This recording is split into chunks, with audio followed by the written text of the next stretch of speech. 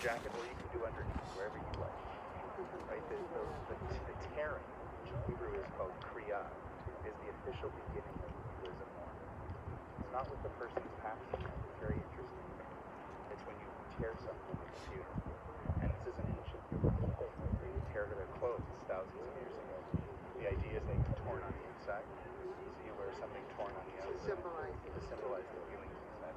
And it was like people would wear it for Shiva, that sort of thing. You can do whatever you like with it. But that's the idea behind why we tear something. And they used to use clothes, but now we have a ribbon. So you'll see it's already cut. We're going to do a blessing, and then you can tear it a little bit. Oh, it is cut already? It's cut a little bit. Okay, so I can close my mouth. Well, no, you're going to tear it in a second.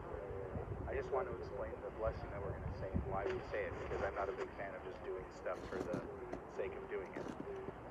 There should be some meaning and intention behind it, right? The blessing invokes God as a judge of truth, which is a difficult thing to swallow, for me at least, when I'm with families who just lost somebody, because quite often they're not feeling like this is a message of judgment or truth or anything good. So why would we say that? So I have two thoughts, two explanations. The first is that ultimately the journey of losing somebody, you have to get to a place of letting go and ask, why did this happen? Why were the last 2 weeks painful, difficult as they were, these sorts of things? But we never get an answer to that sort of thing. So Judaism's idea is that God has the answers. We don't have the answers. We ultimately have to get to a place of letting go. So if you invoke God as a blessing, it's kind of throwing your hands up a bit, accepting that you don't get those answers to the questions of why things go like that. The other thing too is that whatever our personal beliefs are about God and the afterlife, the Jewish thought is that there is an afterlife. That people who are righteous and good in their lives, who are good to other people, as your mother was, are taken care of. So the blessing expresses hope that if that's the case, and we hope it is, that she's taken care of. Okay? So, repeat after me. Baruch, Atah, Adonai, Elohim, Melech, Haolam, Dayan, Hayamet. Praise to you, Adonai, our God, who rules the universe, the judge of the truth. The other thing we say now, before we tear, and you'll hear it again as part of the service, it comes from Job. It's Adonai Natan, Adonai Lakav, Shem Adonai Nevorav. God gives, God takes, and through it all we bless God's name. We never know when our opportunities to love or be together will run out. We're thankful for having as many as you have. It's still very bittersweet at this exact moment, but we acknowledge that it was a blessing, that she was a blessing, and that her name will continue to be a blessing. Okay? So now you can tear the ribbon a little bit. It's officially, this is the last one. That's right. Well, it's pre-torn, so... All right.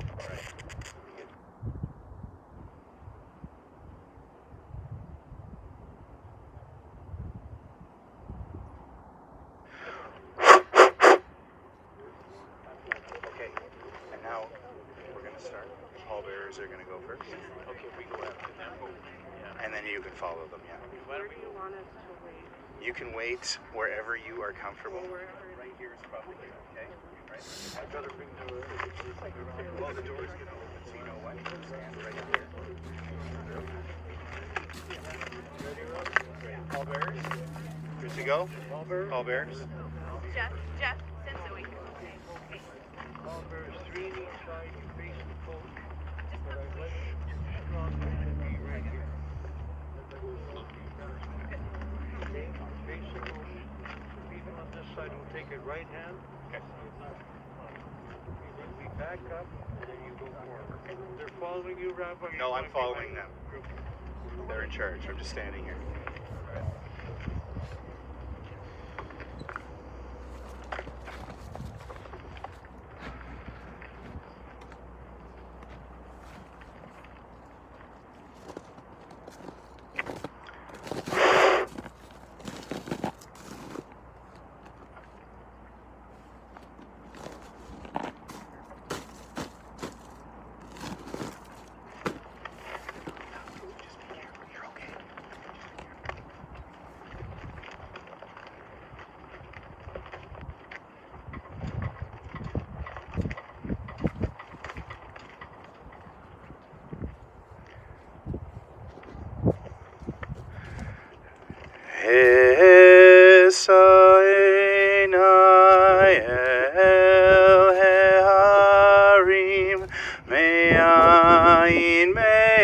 Me'ayin yavo Ezri Esa Einai El Heharim Me'ayin yavo Ezri Me'im Adonai Ose Shamayim Va'aretz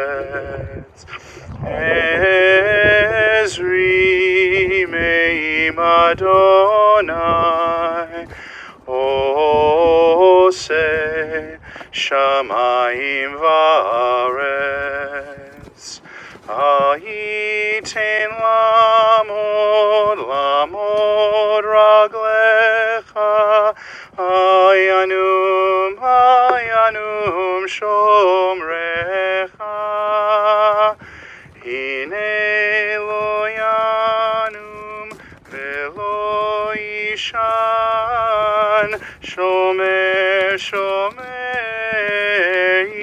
Yisrael Adonai shomrecha Adonai tzilcha al yad yeminecha Adonai shomrecha Adonai tzilcha al yad yeminecha Yomam HaShemesh lo yakeka V'yareach balayla Adonai yishmorcha mikora Yishmor et nafshecha Adonai yishmor tzedcha uvoecha me'ata ve'ad olam. Adonai yishmor tzedcha uvoecha me'ata ve'ad olam. Al mekoma tavo v'shalom.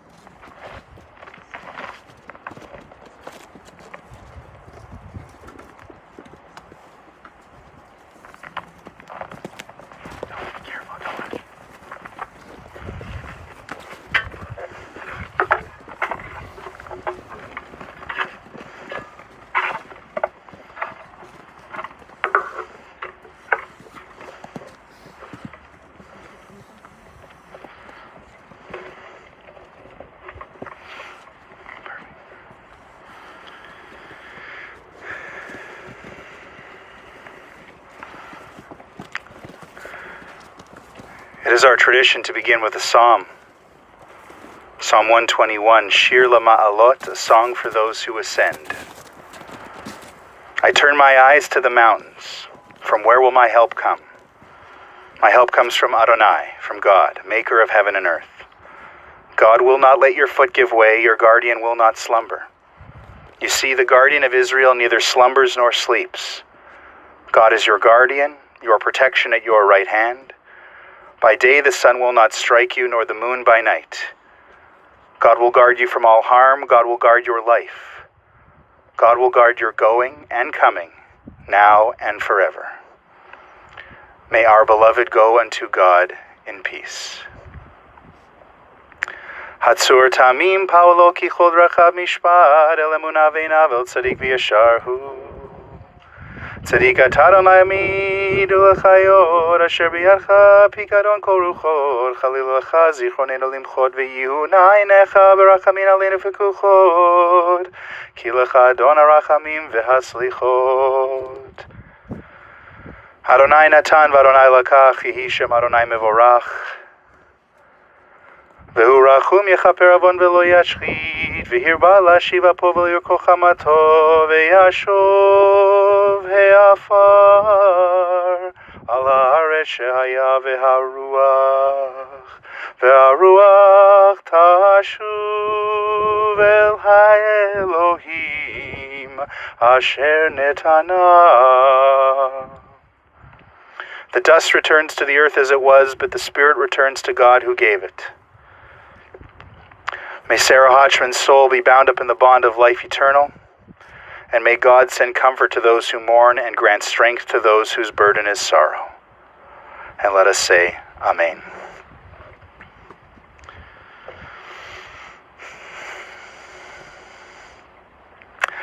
Thank you everyone for being here today. For all of you who are here with us at the Shaarey Zedek Cemetery, to all of you who are watching our live broadcast online. Thank you for joining us as we pay tribute this morning to a remarkable woman. We are here today to honor Sara Hochman. Sura Riva bat Shama Vitziro, the daughter of Samuel and Celia Davis, Zichronam Livracha, of blessed memory. A woman who was the undisputed matriarch of her family and a true treasure of the Winnipeg Jewish community. Sara passed away Saturday, the 15th day of the Hebrew month of Nisan, on the first day of Passover, just 2 days after marking her 100th birthday. Of course, she would be very disappointed in me for revealing her age, something Sara would never do.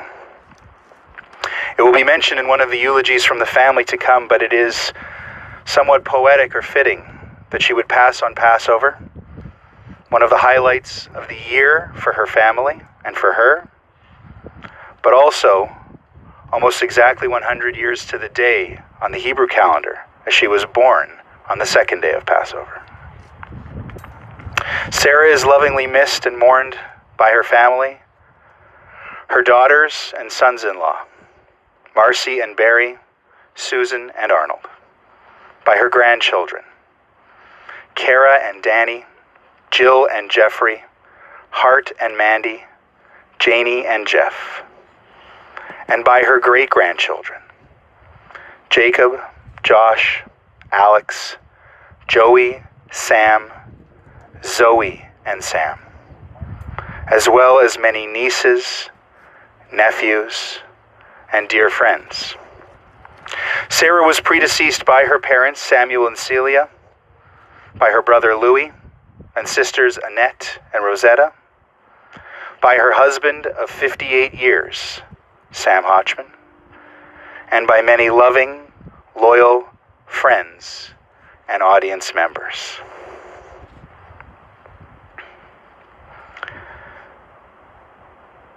A force of nature, strong-willed, independent, proud, determined, a leader. These are some of the words that come to mind for family and friends when describing Sara Hochman. I think of a quote, not from the Psalms, but from William Shakespeare. "If music be the food of love, play on." A fitting quote to begin because Sara Hochman expressed her love famously through both music and food. For quite some time in our Winnipeg Jewish community, there were 3 Sara Hochmans. But she was Sara Hochman, the piano player. A woman who was not from here originally, but through over 70 years of living here, 60 of those as a volunteer playing music, achieved legendary status in our community. She was blessed with the gift of music from a young age and wanted to share this blessing with others, particularly folks in nursing homes and hospitals. I remember the first time I saw her play. I was a young volunteer at the Sharon home, the old building on Magnus, and I was coming to perform a concert of myself, still a little nervous in those days. And there was music coming. I thought maybe I had been bumped. There was somebody playing instead of me. Did I get the time wrong? And I poked my head into the hall, and I saw this woman. Beautifully manicured eyebrows, fabulous lipstick, jewelry, calm, poised, confident at the piano. I think she was playing Camptown Races. I remember that her hands were bouncing. Sometimes I would play the piano and I was a little nervous, a little timid, but she played with all the confidence in the world. And I thought to myself, wow, that old lady can play. The music flowed through her fingers. Over the years, she would perform concerts many times a week at the Sharon home, at other nursing homes, at hospitals. She was recognized with honors and awards.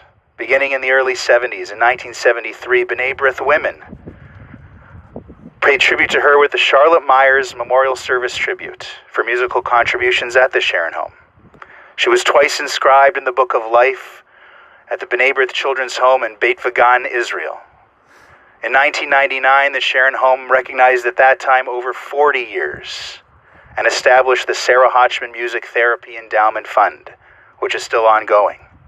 More recently, she was awarded a Shem Tov Award, again for her many years volunteering as a pianist. If you read the obituary she wrote for herself, she had to keep updating it. Over 40 years at the Sharon home, over 50 years at the Sharon home, 60 years at the Sharon home. There's a picture of her as a resident in 2016 at the Simpkins Center South, with her wheelchair slid up to the piano where she was playing as a resident for other residents. In many ways, it's fitting that she ended her life at 100 years at the Simpkins Center after all of the time and all of the love she devoted to people there. More than the music, she always had a warm smile for everyone and developed many deep, long-lasting relationships with residents and with staff. As you'll hear from her family eulogies, the very morning at 12:01 that she turned 100, over a dozen staff members came into her room to serenade her with happy birthday. And for all of these people to be here, and for so many people to be tuning in online, for someone who is 100, says quite something about the indelible, long-lasting mark she has made on the Winnipeg community. But the story of how music became part of her life is something worth sharing. It begins at the beginning, Sara's beginning, in Rocky Ford, Alberta. If you're wondering the same thing my wife wondered last night when I told her the story, yes, it's one word, Rocky Ford, Alberta. A town about an hour east of Calgary. Back in the 20s, there were 3 Jewish families. Her parents, who were immigrants, settled down there following a job opportunity, and that's where she and her siblings, a boy Louis and the other girls, Annette and Rosetta, as well as Sarah, were born and grew up. Their father ran a horse and wagon transfer business. As a young girl, she discovered the piano at a nearby convent. She started fooling around on the piano, and the nuns offered to give her lessons. Her father traded some of his business endeavors for these lessons. And she would play. There was no piano in their family home, so she practiced at the convent. And one day, the Mother Superior remarked that she was a talented and gifted musician and asked if Sara would play for their Sunday services, twice every Sunday. She did this for her entire life in Rocky Ford until her family moved when she was 15. So yes, a woman who accompanied many Yiddish and Hebrew singers, knew the entire Jewish folk songbook, got her start playing hymns and church music. By the time she was 11, her family had saved up to surprise her with a piano she cherished possibly more than anything other than her family. Maybe even more than her family? That piano is still with the family today. When her husband Sam would offer to buy her a baby grand piano as long as she just traded in the old one, she refused. When she moved to Calgary with her family at age 15, the only thing she was nervous about was the piano making it safely. That piano came to Winnipeg and, as we mentioned, is still with the family. In Rockyford, Sara attended public school. She participated in the general community, but she grew up with a true sense of being Jewish, something she attributed to her mother, who always maintained a kosher home, and her grandmother, who lived with them for a time, Miriam. She was a great influence on Sara. She credits her grandmother for teaching her how to be careful and caring. Eventually, the move to Calgary was where Sara finished high school and business college, and then began working a career in a medical office. Later, a short stint in Ottawa was followed by the opportunity to move to Winnipeg in 1949. She quickly made friends, found a place to live, and was set up on a blind date with a fellow named Sara Hochman. They were married in February 1950. Their family began with Marcy at the end of that year, and later Susan. Followed, of course, over the years with grandchildren and great-grandchildren, and many, many family gatherings in Garden City in the home on Montcalm Crescent.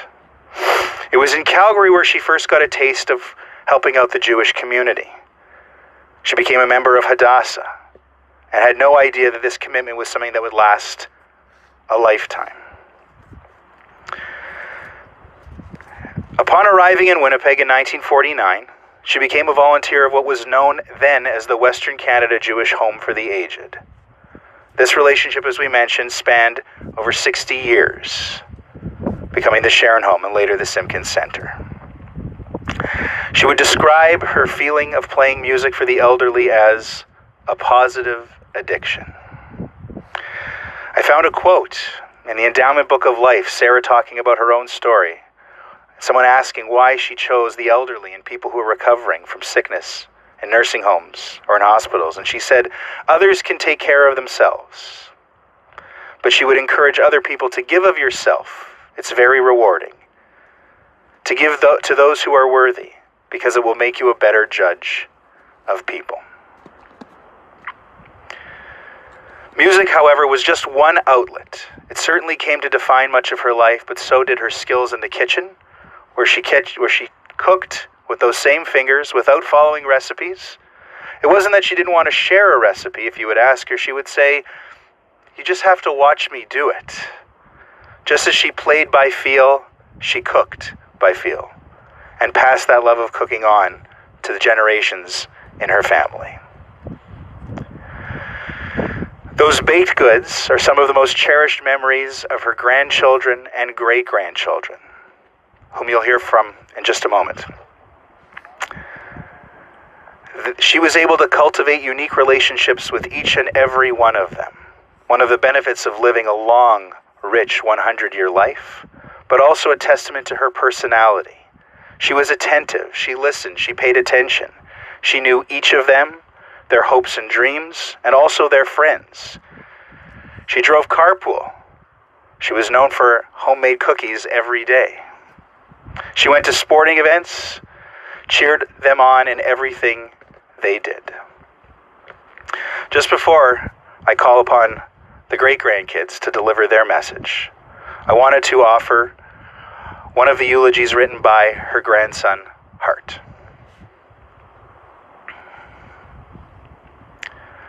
It's hard to encapsulate 100 years into a few hundred words. Bubby lived an entire century and packed a lot of action into this time, never a dull moment. The word that keeps coming to my mind is the Yiddish balabusta. It's hard to translate, but in any dictionary, her photograph would sit right beside this word. Everyone who ever came to one of her holiday dinners or heard her play Fiddler on the Roof would understand. A friend of mine who met her when she came to New York for my university graduation said, "She's the classic Jewish grandmother." There's so many examples, but well into her upper 80s, she gave massive dinners at her home for Rosh Hashanah and Pesach, and she wouldn't have it any other way. We couldn't talk her out of it. She wanted to make sure everyone had a place. She invited newcomers. She invited relatives. I am even told she used to call Jewish Child and Family Service to see if anyone new to Winnipeg needed a place. Many of these guests became lifelong friends, and the brisket was delicious. When I was a teenager, I went to her house for Friday night dinner, more Fridays than not. Often there would be a guest who was a widow or widower, or a visitor from out of town. Everyone was treated as if they were part of the family. It was warm and gracious and always inclusive. She really cared about welcoming people and treating them with dignity. I'll never forget that. Her community-mindedness, expressed in her actions, spoke volumes about what she considered important. From the time she learned to play the piano as a child in a convent in rural Alberta, she was musically gifted, and her father arranged lessons with the local nuns. Until she was over 90 years old, she gave volunteer concerts to entertain those whose spirits needed lifting. Her spirit and actions of volunteerism were remarkable. She gave twice-a-week concerts at the Sharon home for over 4 decades, and at many other convalescent homes as well. She was an entertainer and even an impresario. She booked guest performers, she read their bios to the crowd, she was eager to share the spotlight for the sake of entertainment and the good of the people she was helping. When she was interviewed on her 40th anniversary of volunteering at the Sharon home, she said she was on a perpetual wavelength of reciprocated love with the frail, vulnerable people who attended her concerts. When I start working next month as a legal aid attorney for the indigent, I will remember Bubby's spirit and what she considered important, and the respect, care, dignity, and consideration she showed for people in need.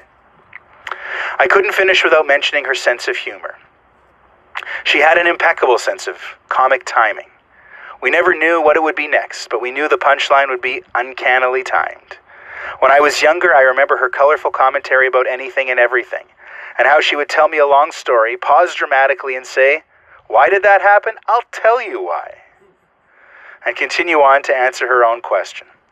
As she aged, especially after she moved into assisted living and was inching into her mid-90s, every story seemed to conclude at just the right moment that the reason for any controversy was, quote, "But of course it's because I am the most beautiful woman in this building."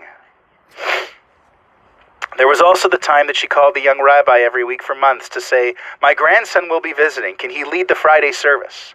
And finally, once I arrived and led the service, she was so proud, she proclaimed to everyone within earshot, which was the entire room, "He's not a pusher. He's not a pusher." I didn't need to be a pusher with her behind me.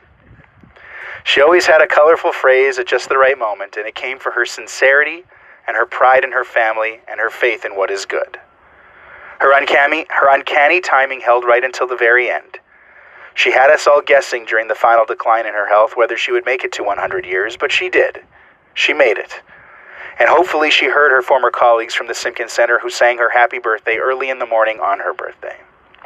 She was born on Passover and died on Passover, the spring festival, the festival of freedom, a holiday where she gave us so many gifts of warmth and community. We'll always remember her spirit at those dinners as she baked, cooked, greeted, asked who wanted matzo balls and carrots in their soup, talked loudly at the far end of the table as the men at the other end raced through the Haggadah. "Sammy! Sammy! Sammy! What page are we on?" She asked our Zedek and created an unforgettable atmosphere of warmth, grace, and community. Her sincerity and dedication were palpable. So yes, the Yiddish word balabusta is what comes to mind, and so is the Hebrew eshet chayil, or woman of valor. With humor, kindness, and integrity, Bubby exemplified what it meant to be a mensch, and what it meant to take care of her family and demonstrate concern for others in her community. Optimistically, maybe we could even say she lived to 102, 100 years and 2 days. We will always be grateful for her century of life, and we will always love and miss her, and try to carry on her values. All of us Shalom. May she go to her peace, as she used to say about so many others who had passed on. Now we have to say this about her. These are the words from Heart. Thank you, Heart, for sending them. I hope I did them justice in reading them, but the words themselves are powerful and beautiful. I will now hear more words from the great-grandkids. Jacob, Josh, Alex are coming up.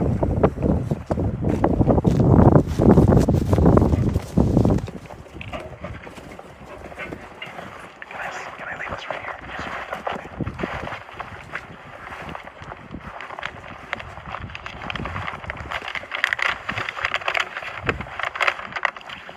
Good morning, everyone. If you don't already know me, my name is Josh Stoller, and Sarah was my great-grandmother. I'm speaking today on behalf of myself and my brothers Jacob and Alex. Firstly, we would like to state that we feel very lucky to have spent as much time with Bubby as we have. Most people at our age have not had the chance to have memories with their great-grandparents for 22, 20, and 14 years. It is an amazing milestone that Bubby lived to the age of 100. While she never wanted to know or admit her age, there truly is no better person to have lived as long as she had. For years, we always looked forward to visiting Bubby every weekend. Jacob and I remember fondly the memories we have visiting Bubby and Zedek at their house on Montcalm. Bubby would play piano for us, for and with us, and Zedek always made sure to give us some fudgios for the long ride home. Alex loved to visit Bubby at the Shaarey and make muffins with her, although they were from a toy set. We all cherished the wonderful weekly visits at the Shaarey and Simkin we had with her. She always took an interest in what we had going on, whether it was sports, school, girlfriends, and various accomplishments. We could always tell how proud of us she was. We enjoyed reminiscing about memories with Bubby over these last few weeks. Even though we were sad to have minimal time left with Bubby, we were happy to hear about the impact she left on so many lives. She was always super warm towards her great-grandchildren. Even within the last few years as she inevitably declined, she was always so loving towards us. While our visits became shorter and different during COVID, she always began them with a smile and ended them telling us she loves us. Even as she moved to the Simkin, the quality of our visits stayed the same.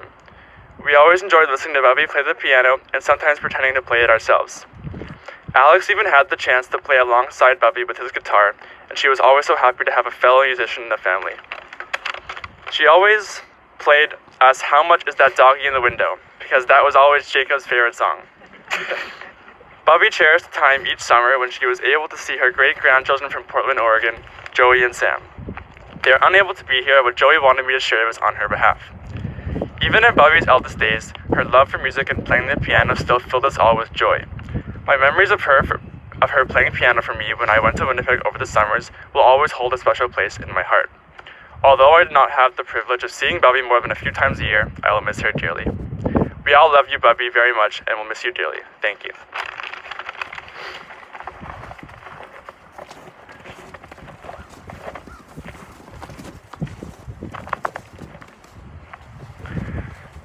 Thank you very much.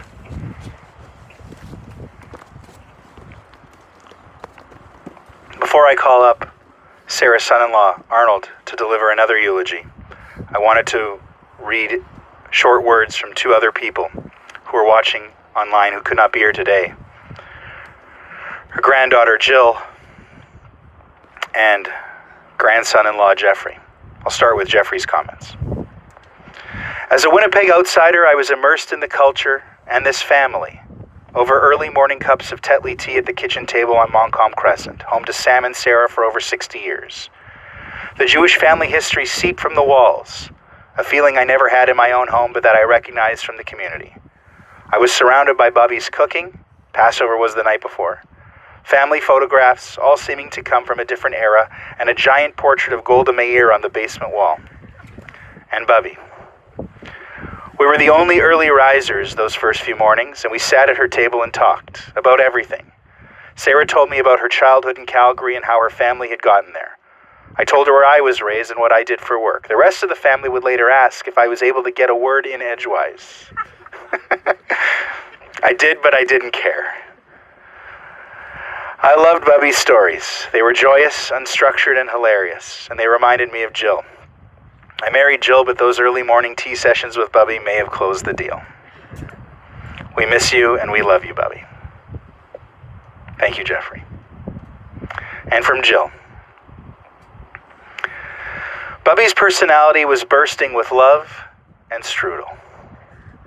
Most memories of Bubby revolve around food, eating food, making food, and her favorite topic, other people's food. I could always expect a call from her the day after a party with a flurry of questions. Jillsy, what did they serve? How moist was the chicken? Did they have a dessert table? How big were the servings? And her last question always filled with worry. But what will you eat for dinner tonight? And no matter how many people were there for her big Yontif dinners, no one left empty-handed. She always sent you home with food in the funniest containers. My favorite was the empty tinfoil packages she stuffed full of her famous strudel. Once I even left with an old metal film container filled with commish. As a kid, it was always an adventure hanging out with Bubby, especially car rides in the Bubby Mobile. Her pastel orange Chevy that had a couch for a front seat. Bubby was very inventive. To get around, her fear of taking left-hand turns, she'd only use right ones to get us to our destination. A 5-minute trip to the store might have taken 30. But Bubby's stories were so entertaining you didn't really want the ride to end. And any time we entered a store, all the people in there knew her. As a kid, I thought she was a famous celebrity. Bubby made friends with everyone. No one was a stranger. Bubby had a gift for making people feel welcome and took a genuine interest in everyone she met. She extended dinner invitations to strangers she befriended on airplanes, shopping malls, and most public spaces. And to Zeta's annoyance, a random person she met at the mall actually took her up on the invitation. But that was Bubby. Her natural enthusiasm for the well-being of others always overrode social convention. And that is what I truly loved about her. Bubby's way of making everyone feel special. And Bubby, if you can hear me, dinner tonight is roasted chicken, store-bought but still very moist, broccoli, and matzah kugel. Thank you, Jill. And now we'll get to hear from Arnold.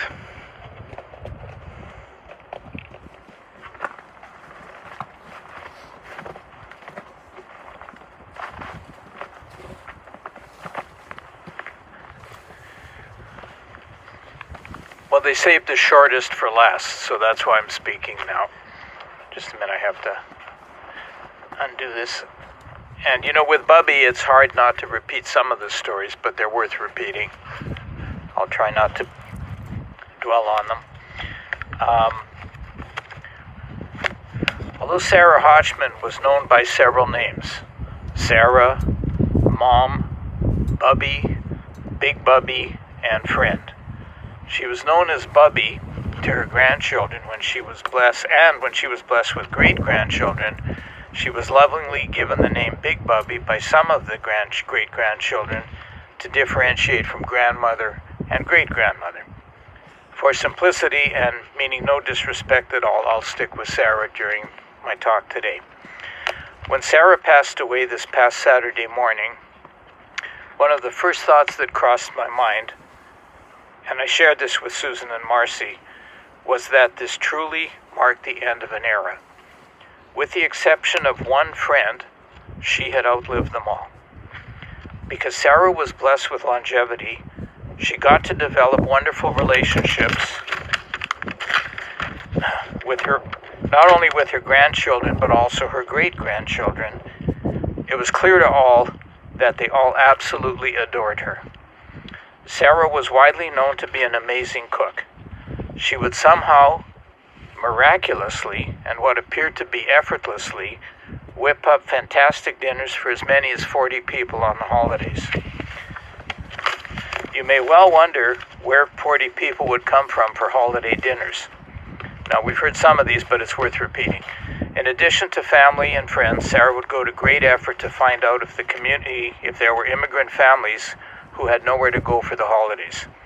Given her big heart, she would invite these families and their children to join her table. Frequently, these families had come to Canada from Russia. Over the years, she in essence adopted these families and they became regular guests. Some were remarkably talented musicians and vocalists, and we were frequently treated to the best possible musical concerts after dinner. One of the violinists, Leonid, was so accomplished he played first violin with the Winnipeg Symphony Orchestra. We were also graced with some wonderful homegrown talent in singing by Jill Brandis, who I see here today, who sang in the choir at Zedek. While on the topic of Sarah's excellent cooking, there's a funny story that I recall. Once in a while, Janie did not like what Susan was making for dinner. Janie would make her escape to what she considered to be a better meal that night by phoning her Zeta Sam for a ride so she could get a more desirable meal at Bubby's house. This story should not be misinterpreted as a negative criticism of Susan's cooking. The Bubby Sara cooking gene has clearly been passed down through the generations. Both Marcy and Susan are wonderful cooks. Also, Janie, Kara, and Jill are all known to be wizards in the kitchen as well. I've discussed Sarah's great generosity within the community in terms of welcoming people into her home and making them feel as if they were part of the family. We have heard about her unparalleled commitment to entertaining the elderly, even while perhaps being in the elderly category herself, although I don't think she ever considered herself in that category. However, I had one amusing story about another aspect of her generosity. Both she and Zeta Sam loved going on trips to New York City. For people who have been there, you may recall a common sight of panhandlers holding out an empty cardboard coffee cup soliciting coins from people walking by. Well, Sarah was one of those people who would never go by without such an extended cup, without tossing a coin or two in. Apparently, on one occasion, a gentleman carrying a coffee cup was not in fact soliciting coins, but simply drinking his morning coffee. He was shocked to see this kind, generous woman from Winnipeg dropping coins into his unfinished cup of coffee.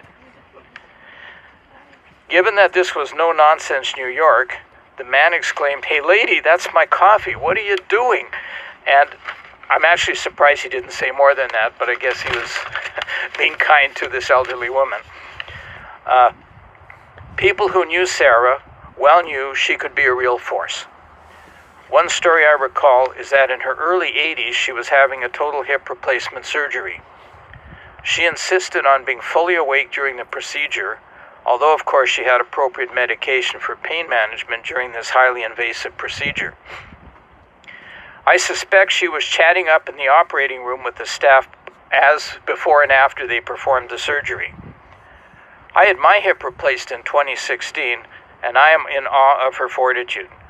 The last thing I wanted to do was be aware of anything going on in the operating room and requested the anesthetist ensure I heard nothing, saw nothing, and just woke up when it was all over. She certainly was a far greater force and strong-willed person than I was or ever will be.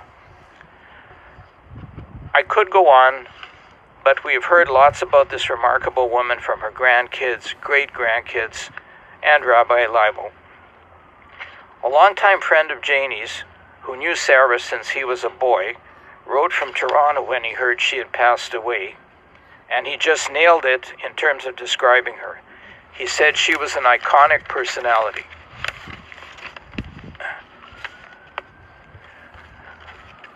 Before I end, I wanted to thank Sarah's caregivers, Maria, and Marianne, who were wonderful to her and took wonderful care of her at the Simkin Center. So thank you, and I saw them here today, and thank you for coming as well.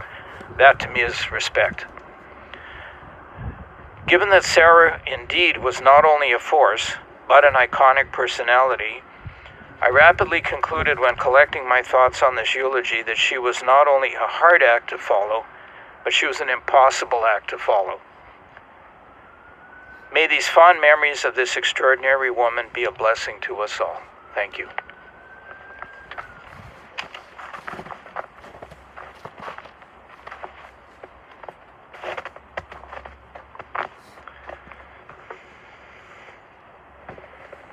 Thank you, Arnold. Thank you to everyone who has spoken today or sent words. The eulogies and tributes have been heartfelt, powerful, funny in places just as Sara was, and certainly full of love, returning the favor that she doled out for all her years. I once read that death will come. Funerals often make us uncomfortable because they force us to face the reality that we are all destined to die. We share that with all who have ever lived. But that we can rob death of the ultimate victory by living our life, so that when it does come, others will say that our little corner of the world was better because we were in it. Certainly, we can all agree that we are so lucky that Sara Hochman ended up in Winnipeg and contributed what she did to our community and to her family. She has made our corner of the world more musical, more delicious, and certainly more full of love. As Arnold said, may her memory be for a blessing. And may the love that she instilled continue to play on. I will now chant the El Malei Rachamim, the traditional Jewish memorial prayer for Sara Hochman.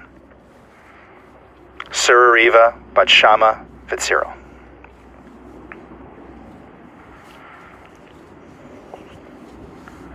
El Malei Rachamim Shochein B'Meromim Hamtzei Menucha Nechona Tachat Kanfei Hashchina B'malot Kedoshim Uteorim Kezohar Rakia Mazirim Et Nishmat Sura Riva Bat Shama Vitziro Shehalcha Leolama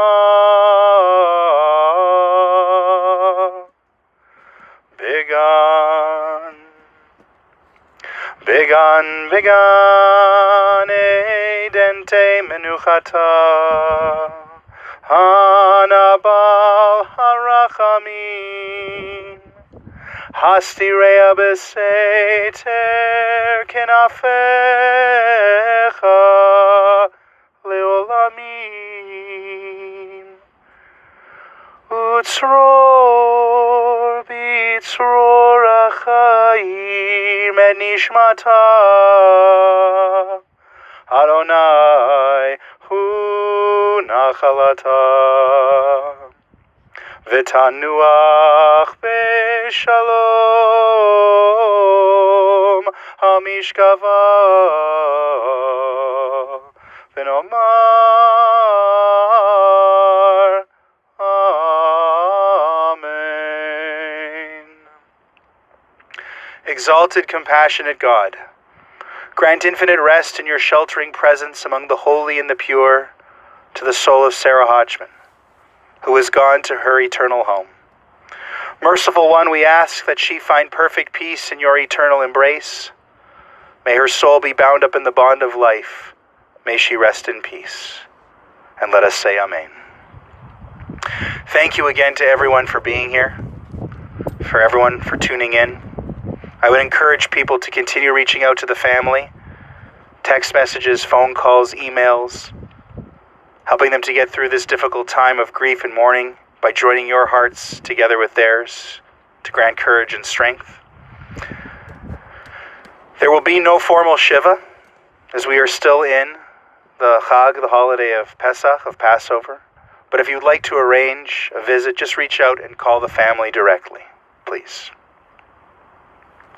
In a moment, we will turn to the words of the mourner's Kaddish and then conclude our service with the familiar ritual of shoveling earth into the grave. The family will lead us, and everyone who is here in attendance is encouraged to participate in this mitzvah. This righteous act we do without hope of any reward.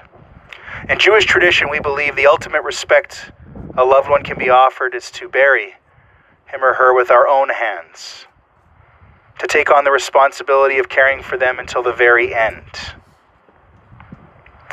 So while we recognize this is often a painful act, we remind ourselves it's one born of love and compassion to honor someone who meant so much to so many people. When it comes to the shoveling, many people around the world in Jewish cemeteries have different customs. Most people pour 3 shovelfuls of earth. Some people use the front of the shovel, some people use the back. Some people pass the shovel to the next person. Some people, as if reluctant to pass on the responsibility, return the shovel to the earth. Whatever the custom with which you are familiar is the custom you should embrace. Again, the family will lead us and others are invited to participate. Just be careful, given the weather and the icy nature around the gravesite. Be mindful of your footing. There are shovels on both sides, so people can come from both sides. There's also usually a small pail with a small shovel in it, in case the big shovels are too daunting, but you still want to participate. Earlier in the service, we said the words of Job, the epitome of suffering in our tradition, and we'll echo them again now in conclusion. Adonai natan v'Adonai lakach, Yehi shem Adonai mevorach. God, you have given, God, you have taken away. Blessed be the name of God. May the memory of Sara Hochman be a blessing, as we mark that her essence will never leave our hearts and souls. The Mourner's Kaddish. Yitgadal v'yitgadash shemei Rabah, be'alma divra chirutei v'yamlich malchutei, b'chayechon uv'yomechon uv'chayei dechol beit Yisrael, ba'agala uv'izman kariv v'imru amen. Yehei shmei Rabah mevorach le'alam u'lalmei almaya. Yitbarach v'yishtabach v'yitpa'ar v'yitromam v'yitnaseh v'yithadar v'yit'aleh v'yithalal shemei dekudsha b'richu le'ela min kol birchata v'shirata tushbechata v'nechemata da'amiran be'alma v'imru amen. Yehei shlama Rabah min shemaya v'chaim aleinu v'al kol Yisrael v'imru amen. Oseh shalom b'mromav hu ya'aseh shalom aleinu v'al kol Yisrael v'imru amen. May the one who creates peace and harmony on high bring peace and harmony to us, to all Israel and to all humanity, as again we say, amen. Thank you again, everyone. I invite the family to lead us now in the shoveling.